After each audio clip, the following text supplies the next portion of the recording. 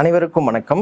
என்றும் மாணவர்கள் நலனில் உங்கள் இம்பல்ஸ். இன்னைக்கு என்ன பார்க்க போறோம்னா, 10ஆம் வகுப்பு பள்ளிப்பாட புத்தகத்தில் இருக்கக்கூடிய பொருள்கோள் அப்படின்னா என்ன அப்படின்னு சொல்லிட்டு பார்க்கலாம். அப்போ பொருள்கோள் அப்படின்னா என்னன்னா, சிம்பிள் கான்செப்ட். ஒரு செய்யுள் இருக்கு அப்படின்னா அது முன்னாடி இருக்கக்கூடிய சொற்கள் அந்த இடத்துக்கு தகுந்தாற் போல அந்த சொற்களை மாற்றி பயன்படுத்துவதுக்கு பேர் தான் என்னது, பொருட்கோள். இங்கே கொடுத்துருப்பாங்க பாருங்க, செயலில் சொற்களை பொருளுக்கு ஏற்றவாறு சேர்த்தோ மாற்றியோ பொருள் கொள்ளும் முறைக்கு பொருள்கோள். அப்போ ஒரே கான்செப்ட் தான்.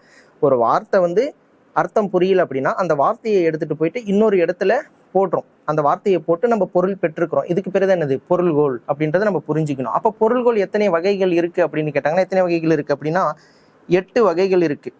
ஓகேங்களா? இதில் பாருங்க, முதல் வகை இதில் புத்தகத்தில் ஒரு 3 தான் கொடுத்துருப்பாங்க. நம்ம 8யும் என்னென்ன கான்செப்ட்னு சொல்லிடுறேன், நீங்கள் புரிஞ்சுக்கோங்க. அதுக்கப்புறம் 3யும் டெப்த்தாக பார்க்கலாம். ஓகேங்களா? ஃபர்ஸ்ட் பொருள்கோள் என்னன்னா, ஆற்று நீர் பொருள்கோள்.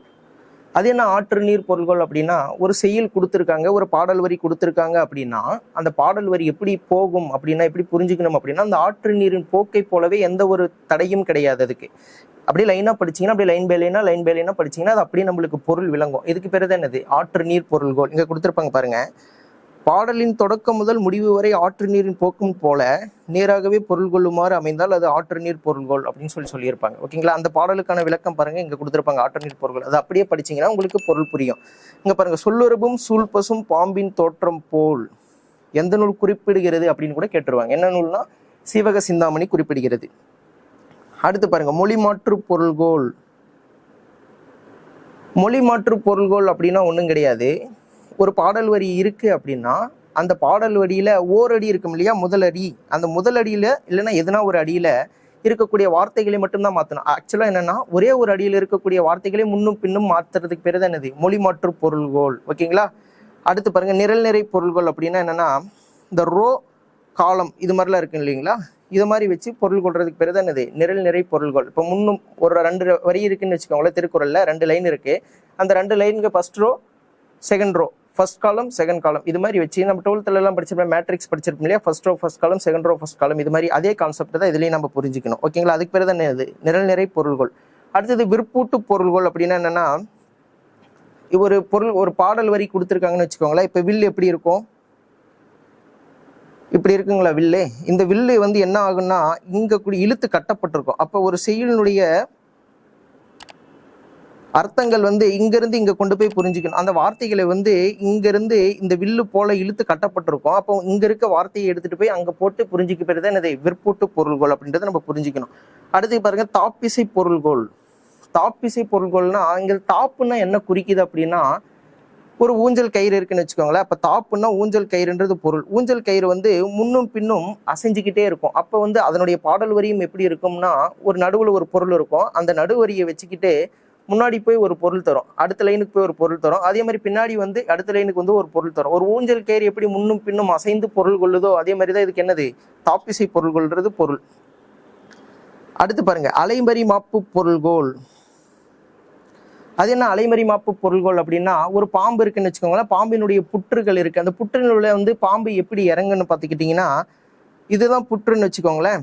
இந்த புற்றுல பாம்பு எப்படி இறங்குது, இதுதான் பாம்பு அப்படின்னும் போது இந்த பாம்பு முதல்ல தலையை உள்ள விட்டுட்டு இந்த தலையை இந்த பகுதியில் வச்சுக்கும். அதுக்கப்புறம் கொஞ்சம் கொஞ்சமா உடலை மட்டும்தான் இறக்கும், தலை மேலே தான் இருக்கும். அப்போ கடைசியில் இருக்கக்கூடிய வார்த்தைகளை எடுத்துட்டு இங்க போட்டு அப்போ என்னன்னா, கடைசியில் இருக்கக்கூடிய வார்த்தைகளை எடுத்துட்டு முதல்ல போட்டு பொருள் கொள்றது தான் என்னது, அலைமறி மாப்பு பொருள்கோள் அப்படின்றத நம்ம புரிஞ்சுக்கணும்.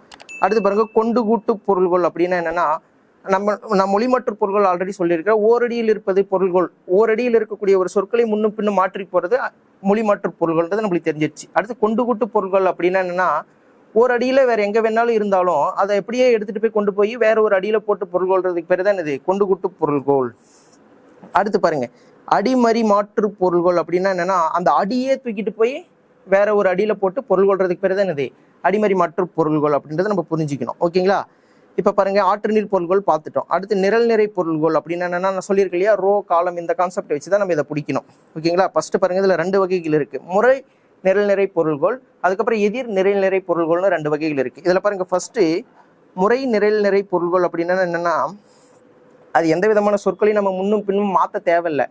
அந்த நிறை அந்த நிரலோட சேரும், அந்த நிறை இன்னொரு நிரலோட சேரும். இதுக்கு பேரு தான் என்னது, முறை நிரல் நிறை பொருள்கோள். இங்க பாருங்க, அன்பும் மரணும் உடைத்தாயின் இல்வாழ்க்கை பண்பும் பயனும் அதுன்னு கொடுத்துருக்குறாங்க கொஸ்டின்ல. இதை நம்ம எப்படி புரிஞ்சுக்கணும்னா, இந்த அன்பும் எடுத்துட்டு வந்து பண்பு கூடயும் இந்த ஃபர்ஸ்ட் ரோவை ஃபர்ஸ்ட் காலத்துக்கூடையும் இந்த ஃபர்ஸ்ட் ரோவை இந்த காலத்துக்கூடையும் கம்பேர் பண்ணணும். ஓகேங்களா? அன்பும் பண்பும் அறனும் பயனும் அப்படி கம்பேர் பண்ணணும். இங்க பாருங்க, இங்கே கொடுத்துருப்பாங்க, இவ்வாழ்க்கையில் பண்பு அன்பு என்றும் அதன் பயன் அரண் என்னும் பொருள்கோள் கொள்ள வேண்டும். எனவே அன்பு பண்பு அறத்துக்கு பயனும் பயனிலையாக நிரல்நெறியாக பொருத்தி பொருள் கொள்ளுதல். இதை கூட கம்பேர் பண்ணணும். இதை கூட கம்பேர் பண்றது என்னது? முறை நிரல்நிறை பொருள்கோள் அப்படின்றத நம்ம புரிஞ்சுக்கணும். ஓகேங்களா? இங்க பாருங்க சொல்லியிருப்பாங்க, அவற்றிற்குரிய விளைவுகளான பண்பு பயன் என்று வரிசைப்படுத்தி உள்ளனர். அவற்றை இல்வாழ்க்கையில் பண்பு அன்பு அரண் பயன் அப்படி கூட கம்பேர் பண்ணியிருக்கிறாங்க. அந்த ரோவை இந்த காலத்தை கூட கம்பேர் பண்ணிக்கிறாங்க, இந்த ரோவை இந்த காலத்தை கூட கம்பேர் பண்ணி பேர் தான் இது முறை நிரல் நிறை பொருள்கோள் அப்படின்றத நம்ம புரிஞ்சுக்கணும். அடுத்து பாருங்க, எதிர் நிரல் நிறை பொருள்கோள். அப்ப முறை நிரல் நிறை பொருள்கோள்னா அந்த ரோ அந்த காலத்து கூட அப்படியே கம்பேர் பண்ணாது முறை நிரல் நிறை பொருள்கோள். அடுத்து பாருங்க, எதிர் நிரல் நிறை பொருள்கோள் அப்படின்னா என்னன்னா, ஆக்சுவலாக பாருங்க, விலங்கோடு மக்கள் அறிஞர் இளங்கனூர் கற்றோரோடு ஏனையவர் அப்படின்னு சொல்லிட்டு ஒரு குறளை கொடுத்துருக்காங்க. ஓகேங்களா? இந்த குறளை நம்ம என்ன பண்ணணும் அப்படின்னா, இந்த விலங்கோடு யாரை கம்பேர் பண்ணணும்னா கற்றோரோடு நேராக கம்பேர் பண்ணிடக்கூடாது. ஓகேங்களா? நேராக இருக்கிற மாதிரி நிரல் நிறை பொருள்கள் மாதிரி கம்பேர் பண்ணிடக்கூடாது. எப்படி கம்பேர் பண்ணா, விலங்கோடு யாரை கம்பேர் பண்ணணும் அப்படின்னா கல்வி கற்காதவர் அப்படின்னா ஏனையவர். ஓகேங்களா? கல்வி கற்காதவர் தான் ஏனையவர். ஓகேங்களா? மக்களை வந்து யாரு கூட கம்பேர் பண்ணா கற்றோரோடு, விலங்குகள் வந்து கல்லாதவரோடும் மக்களை வந்து கற்றோரோடும் கம்பேர் பண்றது அந்த இது. அப்ப எப்படி வருதுன்னா, இதை வந்து இது கூட ஏனையோரோடையும் மக்களை வந்து கற்றோரோடையும் கம்பேர் பண்றதுனால, இது எதிரெதிர் திசையில கம்பேர் பண்றதுனால இது என்ன பொருள்னா எதிர் நிரல் நிறை பொருள்கோள் அப்படின்றத நம்ம புரிஞ்சுக்கணும். அடுத்து பாருங்க, கொண்டு கூட்டு பொருள்கோள் அப்படின்னா என்னன்னா, நான் முன்னாடியே சொல்லியிருக்கிறேன். ஓகேங்களா? ஒரு வார்த்தையை தூக்கிட்டு போய் கொண்டு போய் இன்னொரு இடத்துல போட்டு நம்மளுக்கு தேவையான பொருள்களை பெறுவதற்கு பேர் தான் என்னன்னா கொண்டு கூட்டு பொருள்கள் அப்படின்றத நம்ம புரிஞ்சுக்கணும். அங்க பாருங்க, ஆழத்து மேல குவளை குளத்துல வாலிய நெடிய குரங்கு மயிலைநாதர் உரை அப்படி சொல்றாரு. ஓகேங்களா? இதுல என்ன பொருள் நம்மளுக்கு விளங்குதுன்னா ஒண்ணுமே விளங்கல. ஓகேங்களா? அப்ப நம்ம இது எப்படி புரிஞ்சுக்கணும் அப்படின்னா, இந்த வார்த்தையை தூக்கிட்டு போய் வேற எங்கேயாவது போட்டா பொருள் கொள்ள முடியுமான்னு பார்க்கணும். ஓகேங்களா? இதை நார்மலா படிச்சா நம்மளுக்கு புரியாது.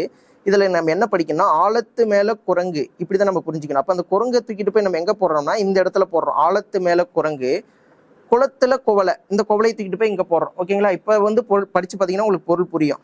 ஆழத்து மேல குரங்கு குளத்துல குவளை என்ற கருத்தை கொண்டு அங்குமிங்கும் கொண்டு பொருள்கோள் அமைந்திருப்பதால் இது கொண்டு கூட்டு பொருள்கோள். ஆழத்து மேல குரங்குன்னா ஒண்ணு இல்லை, ஆலமரத்து மேல ஒரு குரங்கு இருக்கு, குளத்துல வந்து குவளை இருக்கு அப்படின்றத பொருள்கோள். இப்ப பொருள்கோள் அப்படின்னா நம்ம என்னென்னு பார்த்திருக்கோம். அப்ப ஃபர்ஸ்ட் என்னன்னா, பொருள்கோள் எத்தனை வகைப்படும் அப்படின்னு கொஸ்டின்ல கேட்பாங்க. அது விதமான இங்க பாடல் வரிகள் கொடுத்து இது எந்த விதமான பொருள்கோள் அப்படின்றதும் கேட்பாங்க. இந்த ஒரு விதமான பாடல் வரிகளில் ஒரு விதமான பாடல் ஆசிரியர் கொடுத்திருப்பாங்க. அதையும் நம்ம தெளிவா பார்த்து வச்சுக்கணும். நன்றி.